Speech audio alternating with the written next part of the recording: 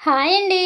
ఈరోజు లంచ్లోకి అమ్మ మటన్ కూర అయితే చేస్తుంది. చాలా మందికి ఈ మటన్ కూర అంటే ఇష్టం ఉండదు. ఒకసారి అమ్మ చేసినట్లు ట్రై చేశారంటే తినని వాళ్ళు కూడా మళ్ళీ మళ్ళీ తినాలి అనిపించే అంత టేస్ట్ ఉంటుంది. మటన్ ఉడకదని చాలా వరకు అందరూ కుక్కర్లో వండుతారు. కుక్కర్లో వండుకోవటం వల్ల మటన్ కూర టేస్ట్ మారిపోతుంది. అందుకని కుక్కర్లో కాకుండా బాండట్లో మెత్తగా ఉడికేటట్లు తక్కువ మసాలాతో త్వరగా ఎలా వండుకోవాలో ఇప్పుడైతే మనం చూసేద్దాం. ముందుగా మన ఛానల్ని ఎవరైనా కొత్తగా చూస్తున్నట్లయితే వెంటనే వెళ్ళి సబ్స్క్రైబ్ చేసుకొని పక్కనే ఉన్న బెల్ ఐకాన్ ని క్లిక్ చేసేయండి. మటన్ కూరకి కావాల్సిన ఎర్రగడ్డలు కట్ చేసి పక్కన పెట్టుకోవాలి.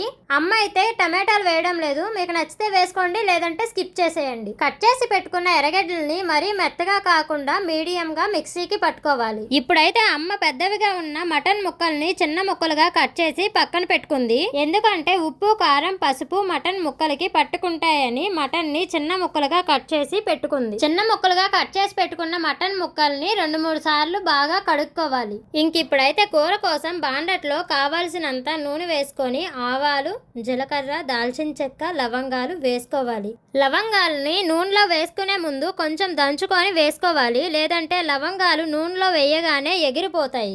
వెంటనే మటన్ ని వేసుకొని మటన్ లో ఉండే నీరు పైకి తెల్లేలా మూత పెట్టుకొని బాగా ఉడికించాలి. ఇప్పుడు మూతను తీసి పక్కన పెట్టి మటన్ కూరని బాగా కలుపుకున్న తర్వాత మిక్సీకి పట్టుకున్న ఎర్రగడ్డ పేస్ట్ అయితే వేసుకోవాలి. ఎర్రగడ్డ పేస్ట్ వేసుకున్న తర్వాత ఒకసారి కలుపుకొని మూత పెట్టి ఒక 5 నిమిషాలు ఉడికించుకోవాలి.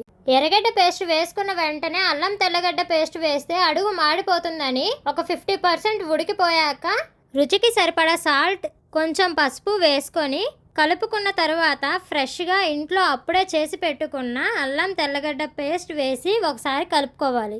అల్లం తెల్లగడ్డ పేస్ట్ వేసుకున్న తర్వాత ఒక 10 నిమిషాలు బాగా వేగనిచ్చుకోవాలి. మటన్ కూర బాగా వేగిపోయాక కావాల్సినంత కారం అయితే వేసుకోవాలి.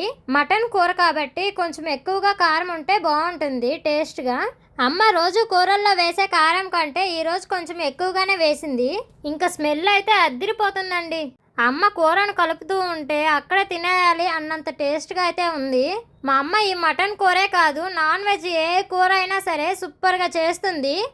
నూనె పైకి తేలిపోయాక 2-3 గ్లాసులు వాటర్ వేసుకొని కూరని బాగా ఉడికించుకోవాలి.